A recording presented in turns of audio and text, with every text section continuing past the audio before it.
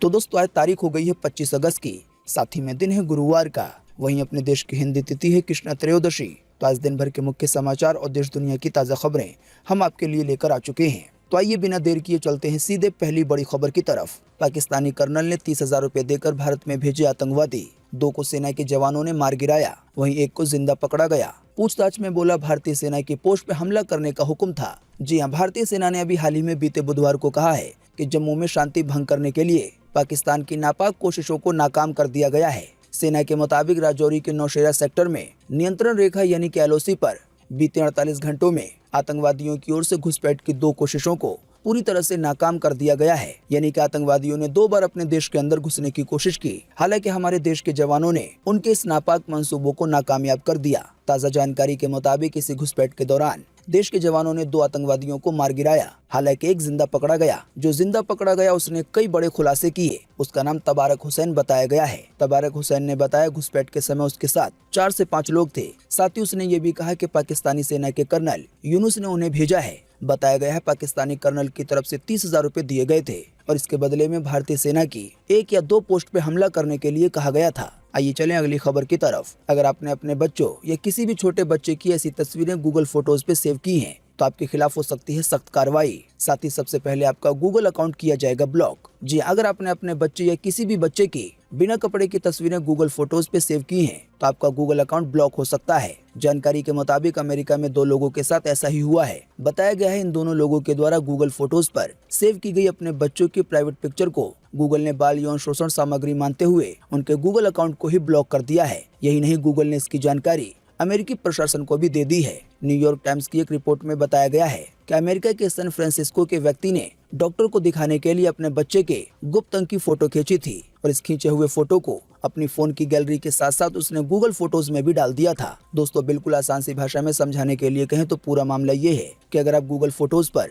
बच्चे की कोई नंगी तस्वीरें रखते हैं या किसी गुप्त अंग की तस्वीरें रखते हैं तो ऐसे में आपका खाता ब्लॉक किया जा सकता है और इसकी जानकारी प्रशासन को भी दी जा सकती है। वैसे दोस्तों, आप नहीं जानते हैं तो आपको बता दें कि गूगल फोटोज पे आप जो भी फोटो रखते हैं उन सभी फोटोज को 2 तरह से चेक किया जाता है। पहला तो जो ऑटोमेटिक सिस्टम है वो चेक करता है, वहीं जरूरत पड़ने पे इसे मैनुअली भी चेक किया जाता है। तो बचने के लिए सावधानी वाला तरीका यही है कि इस तरह का कोई भी फोटो अपने गूगल फोटोज अकाउंट में ना डालें। आइए चलें अगली खबर की तरफ। सोनाली फोगाट को रेप करने के बाद मारा गया, उनके भाई रिंकू ने लगाया है यह आरोप। कहा सोनाली फोगाट के PA सुधीर ने ही नशीला पदार्थ खिला के रेप किया। साथ ही रिंकू ने यह भी बताया कि वीडियो बनाकर करता था ब्लैकमेल। जी, हरियाणा की बीजेपी लीडर सोनाली फोगाट की मौत से जुड़े मामले में अब उनका दुष्कर्म होने और ब्लैकमेल किए जाने के आरोप लगाए गए हैं। जानकारी के मुताबिक हरियाणा में फतेहाबाद जिले के भूथन कला गाँव में रहने वाले सोनाली फोगाट के छोटे भाई रिंकू ढाका ने अपनी बहन के PA सुधीर सांगवान और उसके दोस्त सुखविंदर पे सोनाली के खाने में नशीला पदार्थ देकर उनसे गैंग रेप करने और वीडियो बनाकर ब्लैकमेल करने के आरोप लगाए गए हैं। साथ ही सोनाली की संपत्ति हड़पने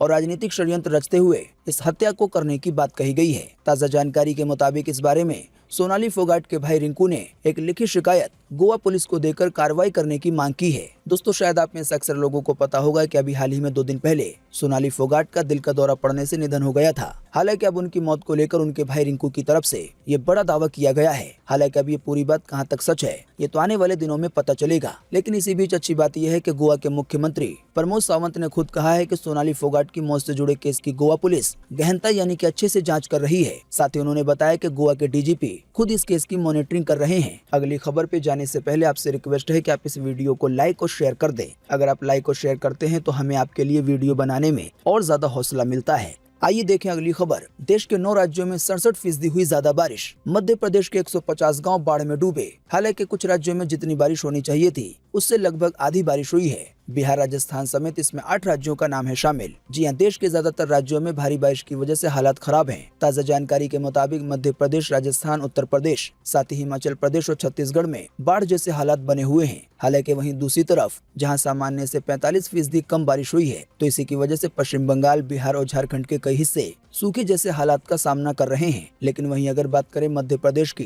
तो मध्य प्रदेश में बीते 2 दिनों की बारिश की वजह से रायसेन के 150 गांव बाढ़ के पानी में डूब गए हैं। यानी कि कहीं पे बारिश हुई है तो इतनी ज्यादा हुई है कि बाढ़ आ गई है और कहीं कहीं पे इतनी कम बारिश हुई है कि सूखे जैसे हालात बने हुए हैं। आइए दोस्तों, अब आपको अगली खबर में बताते हैं कि आज 25 अगस्त 2022 को पूरे देश में कैसा रहेगा मौसम का हाल। मौसम विभाग ने जारी किया है मौसम का पूर्वानुमान। जी हाँ, मौसम विभाग के अनुसार अगले 24 घंटे के दौरान यानी कि आज 25 अगस्त को अंडमान और निकोबार द्वीप समूह में, साथ ही केरल में, इसके अलावा तटीय और दक्षिण आंतरिक कर्नाटका में, साथ ही गंगे पश्चिम बंगाल में, इसके अलावा झारखंड के कुछ हिस्सों में, साथ ही छत्तीसगढ़ के उत्तरी हिस्सों में, इसके अलावा मध्य प्रदेश और उत्तर प्रदेश के कुछ हिस्सों में, साथ ही जम्मू कश्मीर के भी कुछ हिस्सों में, इसके अलावा हिमाचल प्रदेश में और उत्तराखंड में भी हल्की से मध्यम बारिश के साथ कुछ स्थानों पर भारी बारिश की संभावना जताई गई है। इसके अलावा भी पूर्व उत्तर भारत में, सिक्किम में, उड़ीसा के कुछ हिस्सों में, साथ ही राजस्थान के पश्चिमी हिस्सों में आज हल्की से मध्यम बारिश हो सकती है। इसके अलावा भी पंजाब में, हरियाणा में, गुजरात के कुछ हिस्सों में, साथ ही कोंकण में, गोवा में, मध्य महाराष्ट्र में और तेलंगाना में भी हल्की बारिश की संभावना है।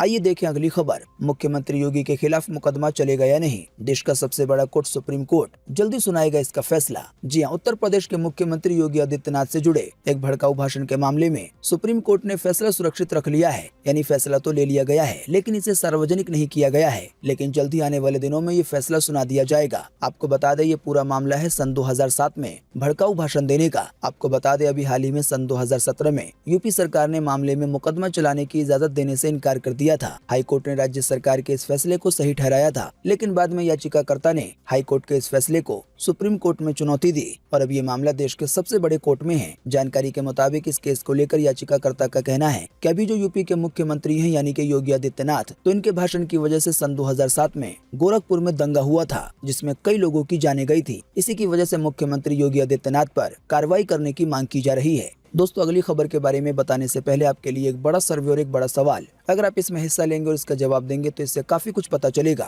दोस्तों, इस वीडियो को पूरा देखने के बाद आपको इसी वीडियो के नीचे कमेंट बॉक्स में कमेंट करके बताना है कि जब से शॉर्ट वीडियो का चलन बढ़ गया है, तब से अब ज्यादा लोग यूट्यूब के वीडियो देखते हैं या फिर शॉर्ट वीडियो। इस पर आपकी पर्सनल राय क्या है और खुद आप अपना ज्यादा समय यूट्यूब के वीडियो को देते हैं या फिर शॉर्ट वीडियो को या फिर किसी और प्लेटफॉर्म को? वीडियो को देखने के बाद नीचे कमेंट बॉक्स में अपना जवाब जरूर लिखें। आपके दिए गए जवाब से काफी कुछ पता चलता है। आइए चलें अगली खबर की तरफ। पंजाब के मोहाली में कैंसर हॉस्पिटल का हुआ उद्घाटन के दौरान पीएम नरेंद्र मोदी बोले कि पंजाब और हरियाणा के साथ हिमाचल प्रदेश के लोगों को भी मिलेगा लाभ। जी हां, प्रधानमंत्री नरेंद्र मोदी ने पंजाब के मोहाली के मुल्लानपुर में होमी भाभा कैंसर हॉस्पिटल और रिसर्च सेंटर का बीते रोज उद्घाटन किया। उनके साथ पंजाब के सीएम भगवंत मान भी मौजूद रहे। इसके बाद कार्यक्रम में पीएम मोदी ने कहा कि ये हॉस्पिटल देश की बेहतर हो रही स्वास्थ्य सुविधाओं का प्रतिबिंब है। साथ ही पीएम मोदी ने कहा इस हॉस्पिटल से पंजाब और हरियाणा के साथ हिमाचल प्रदेश के लोगों को भी फायदा होगा। साथ ही जानकारी के मुताबिक हॉस्पिटल को लेकर बताया गया है कि 600 करोड़ रुपए की लागत से बने होमी भाभा कैंसर हॉस्पिटल में 300 बेड की क्षमता है, यानी कि एक साथ 300 कैंसर मरीजों का इलाज हो सकता है। हालांकि फिलहाल अभी हॉस्पिटल का थोड़ा सा काम बाकी है, जिसके बारे में प्रबंधकों ने बताया है कि 6 महीने में पूरी तरह से बन के तैयार हो जाएगा। साथ ही बताया गया है इस कैंसर हॉस्पिटल का फायदा पंजाब, हरियाणा, हिमाचल प्रदेश के अलावा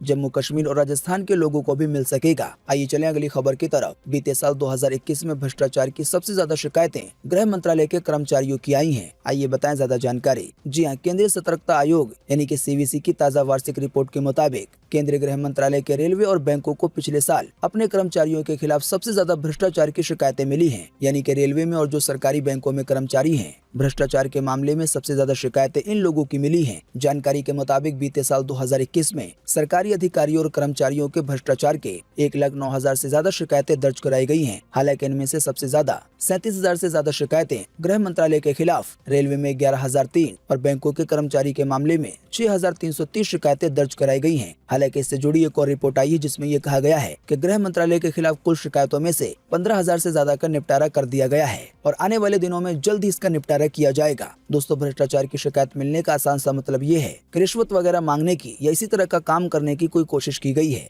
आइए चलें अगली खबर की तरफ। 42 जगहों पे ईडी और सीबीआई ने मारा छापा। इसी दौरान बिहार में आरजेडी के 6 नेताओं पर हुई कार्रवाई। आइए बताएं ज्यादा जानकारी। जी हां, ईडी और सीबीआई की टीम ने बीते बुधवार को देश भर में 42 ठिकानों पे छापेमारी की। जानकारी के मुताबिक सीबीआई की टीम ने बिहार में ही आरजेडी के 6 नेताओं समेत 25 ठिकानों पे छापा मारा। जानकारी के मुताबिक इनमें आरजेडी के 2 राज्यसभा के सांसदों के अलावा पूर्व विधायक समेत कई नेता शामिल हैं। जाहिर बात है, नेताओं के खिलाफ छापा मारने की वजह से बिहार के अंदर काफी ज्यादा बवाल भी देखने को मिला। सीबीआई ने आरजेडी के जिन 6 नेताओं पे छापा मारा है, इनमें एमएलसी सुनील सिंह, राज्यसभा सांसद अशफाक करीम, वहीं राज्यसभा सांसद फयाज अहमद, इसके अलावा पूर्व विधायक अबू दोजाना, वहीं पूर्व एमएलसी सुबोध राय और लालू के करीबी और बालू माफिया सुभाष यादव शामिल है। जाहिर बात है, आने वाले दिनों में जल्दी इन पे कार्रवाई हो सकती है। आइए चलें अगली खबर की तरफ। केरल के मुख्यमंत्री विजयन का बड़ा बयान, बोले बच्चों पे नहीं थोपी जाएगी यूनिफॉर्म, स्कूल अपने स्तर पे कर सकते हैं तय। जी हां, केरल सरकार की नीति की आलोचना के मद्देनजर मुख्यमंत्री पिनारई विजयन ने अभी हाल ही में बीते बुधवार को कई बड़े ऐलान किए। केरल के मुख्यमंत्री ने कहा कि वाम सरकार ये तय नहीं करने जा रही है कि बच्चों को स्कूल में किस तरह की यूनिफॉर्म पहननी चाहिए। इसी दौरान मुख्यमंत्री ने कहा कि किसी पर भी किसी तरह की पोशाक थोपना इस सरकार की नीति नहीं है। उन्होंने कहा कि इस संबंध में कोई विशेष निर्देश जारी नहीं किया गया है। उन्होंने कहा कि लोग पोशाक यानी कि कपड़े, भोजन और विश्वास के मामले में हर स्वतंत्रता के हकदार हैं और इनके बारे में कोई अतिवादी दृष्टिकोण नहीं हो सकता।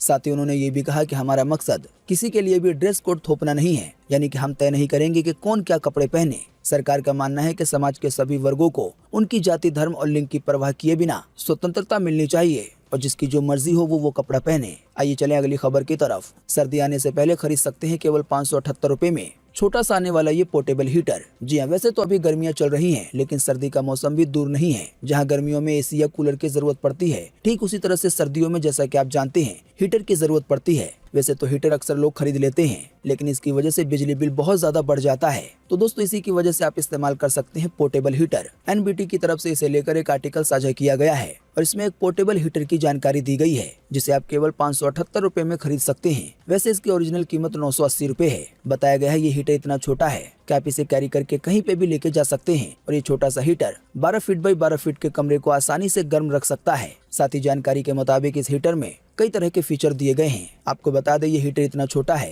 कि आप सिंपली इसे कहीं पर भी बिजली के बोर्ड में लगा सकते हैं, सेम वैसे ही जैसे कि आप ऑल आउट वगैरह लगा देते हैं। आइए चलें अगली खबर की तरफ। बीते रोज एक बार फिर से मिले 10,000 से ज्यादा नए मामले कोरोना वायरस के। इसी दौरान फिर गई 36 लोगों की जान कोरोना के कारण। जी हां, बीते रोज लगभग 24 घंटे में एक बार फिर से 10,000 से ज्यादा नए मरीज मिले हैं कोरोना वायरस के। इन नए मरीजों के मिलने के बाद अब देश में एक्टिव केसों की संख्या 96,442 हो गई है। साथ ही जैसा कि हमने आपको बताया, 36 लोगों की जान फिर गई है कोरोना के कारण एक दिन में। हाँ, लेकिन अच्छी बात ये रही कि इसी दौरान 10,000 से ज्यादा लोग ठीक भी हुए हैं। इन सभी आंकड़ों के घटने बढ़ने के बाद कुल परिणाम ये रहा कि एक्टिव केसों में 64 मामलों की कमी आई, यानी कि अब देश भर में कोरोना के केवल 96,442 मरीज ही बचे हुए हैं। आइए चलें अगली खबर की तरफ। ईरान में हिजाब न पहनने वाली महिलाएं हुई गिरफ्तार। एक मशहूर एक्ट्रेस से टीवी पे माफी मंगवाई। साथ ही वहाँ की सरकार ने कहा देश के लिए ये खतरा है, एक्ट्रेस को हो सकती है 16 साल की जेल। जी हाँ, ईरान की कट्टरपंथी सरकार ने महिलाओं के लिए हिजाब पहनना मैंडेटरी कर दिया है, यानी कि अनिवार्य। बताया गया है यहाँ जो महिलाएं इस आदेश का पालन नहीं कर रही हैं, उन्हें गिरफ्तारी के बाद टॉर्चर किया जा रहा है।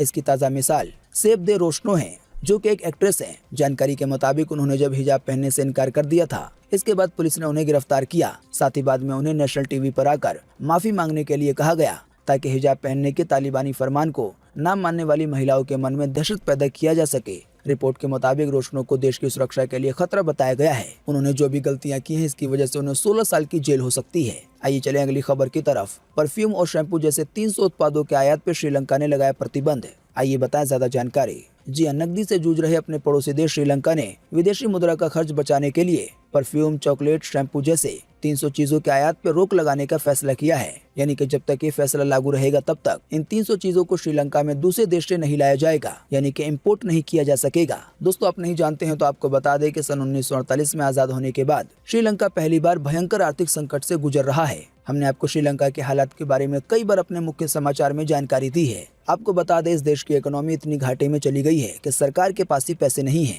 बताया गया है हालात खराब होने की वजह से अभी हाल ही में श्रीलंका में कई चीजों के दाम 4 गुना हो गए हैं। तो दोस्तों, आज 25 अगस्त 2022 की यही मुख्य समाचार और बड़ी खबरें थी। उम्मीद करते हैं इससे आपको काफी कुछ जानकारी मिली होगी। हम बस इसके बदले में आपसे इतना ही चाहते हैं कि आप इस वीडियो को लाइक कर दें और शेयर कर दें, क्योंकि आपका लाइक और शेयर करना ही होता है हमारी मेहनत का फल। वीडियो देखने के लिए आपका बहुत बहुत धन्यवाद। Thanks for watching.